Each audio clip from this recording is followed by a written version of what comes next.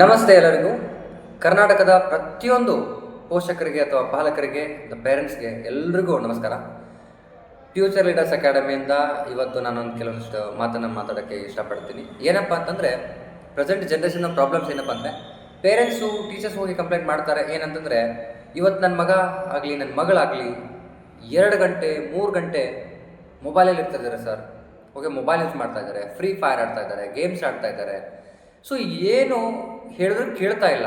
Sir ದಯವಿಟ್ಟು ನೀವು ಹೇಳ್ರಿ, ಮೇಡಮ್ ದಯವಿಟ್ಟು ನೀವು ಹೇಳ್ರಿ. ಸ್ವಲ್ಪ ಒಂದು ಹೇಳೋಕ್ಕೆ ಇಷ್ಟಪಡ್ತೀನಿ. ಏನಂತಂದರೆ, ಸ್ಕೂಲಲ್ಲಿ ಮ್ಯಾಕ್ಸಿಮಮ್ ಅಂತಂದರೆ ಒಂದು 8 ಗಂಟೆ ಮಕ್ಕಳು ನಮ್ಮ ಜೊತೆಗಿರ್ತಾರೆ.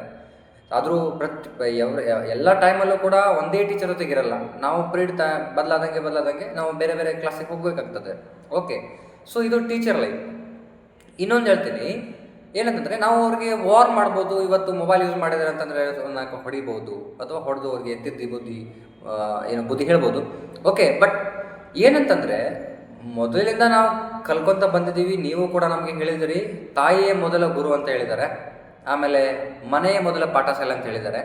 ಸೊ ಮನೆಯಲ್ಲೇ ಅವರು ಮೊಬೈಲ್ಸ್ ಯೂಸ್ ಮಾಡ್ತಾ ಇದ್ದಾರೆ. ಸ್ಕೂಲಲ್ಲಂತೂ ಯೂಸ್ ಮಾಡೋಂಗಿಲ್ಲ, ಹೌದಾ? ಸ್ಕೂಲಲ್ಲಿ ಮೊಬೈಲ್ಸ್ ಅಲೌ ಇರಲ್ಲ. ಸೊ ಮೊಬೈಲನ್ನು ತೊಗೊಂಡು ಬರೋದೂ ಇಲ್ಲ.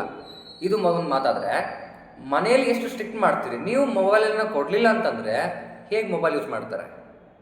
ಒಂದು ಓಕೆ, ಮೊಬೈಲ್ ಅಷ್ಟು ಯೂಸ್ ಮಾಡ್ತಾ ಇದ್ದಾರೆ. ನಾವು ಇಲ್ಲದೆ ಇರೋಂಥ ಟೈಮಲ್ಲಿ ಯೂಸ್ ಮಾಡ್ತಾ ಇದ್ದಾರೆ. ಹೋಮ್ವರ್ಕ್ ಬರೀತೀನಿ, ಅದು ಇದು ಸರ್ಚ್ ಮಾಡ್ತೀನಿ ಅಂತ ಹೇಳಿ ಗೂಗಲಲ್ಲಿ ಯೂಸ್ ಮಾಡ್ತಾ ಇದ್ದಾರೆ, ಯೂಟ್ಯೂಬ್ ಯೂಸ್ ಮಾಡ್ತಾ ಇದ್ದಾರೆ. ಓಕೆ, ಸ್ಟಡಿಗೋಸ್ಕರ ಮಾಡ್ತಾ ಇದ್ದಾರಾ? ನೋಡಿ, ಅಬ್ಸರ್ವ್ ಮಾಡಿ. ಮನೇಲಿ ಇರ್ತೀರಿ, ಸ್ಟಡಿ ಬಿಟ್ಟು ಗೇಮ್ಸ್ ಆಡ್ತಾ ಇದ್ದಾರೆ, ರೀಲ್ಸ್ ನೋಡ್ತಾ ಇದ್ದಾರೆ, ಡ್ಯಾನ್ಸ್ ಮಾಡ್ತಾ ಇದ್ದಾರೆ, ಸಾಂಗ್ ಕೇಳ್ತಾ ಇದ್ದಾರೆ. ಇವೆಲ್ಲ ಕಂಪ್ಲೇಂಟ್ಸ್ ಬಂದರೆ ಅದನ್ನು ಕಂಟ್ರೋಲ್ ಮಾಡೋಂಥ ಕೆಪಾಸಿಟಿ ಇರೋದು ನಿಮ್ಮ ಹತ್ರ ಮಾತ್ರ. ಸೊ ದಯವಿಟ್ಟು ಅದನ್ನು ನೀವು ಕೂಡ ಸ್ಟ್ರಿಕ್ಟಾಗಿ ಅವ್ರಿಗೆ ಒಂದು ರೂಲ್ಸನ್ನು ಮಾಡಿ, ಅಂದರೆ ಇಷ್ಟು ಯೂಸ್ ಮಾಡಬೇಕು, 15 ಮಿನಿಟ್ 30 ಮಿನಿಟು, ಅದಾದಮೇಲೆ ಸ್ಟಡಿ ಮಾಡಬೇಕು ಅಂತ. ಸೊ ಇಷ್ಟು ಹೇಳಿ ಆರ್ಡರ್ ಮಾಡಿ, ವಾರ್ನ್ ಮಾಡಿ, ನಾವು ಕೂಡ ಮಾಡ್ತೀವಿ. ಓಕೆ, ಎಲ್ಲರೂ ನಮಸ್ಕಾರ.